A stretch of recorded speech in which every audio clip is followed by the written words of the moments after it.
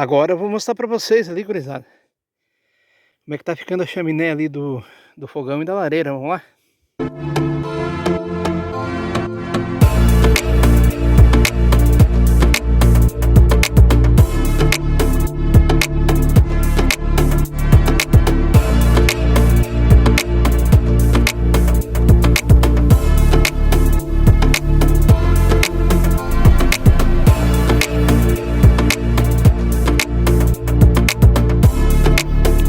Então a chaminé ela tem que ser bem feita, gurizada, porque ela faz parte do designer do telhado, né? Um telhado bonito que nem esse.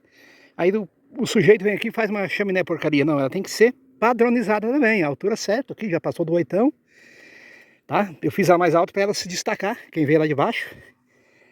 Revestida de pedra, depois lá no outro lado então vai ser a chaminé que vai ser unida do fogão individual. Não tem nada a ver uma coisa com a outra, né? E é os guris, chama nós pro brico aí, papai.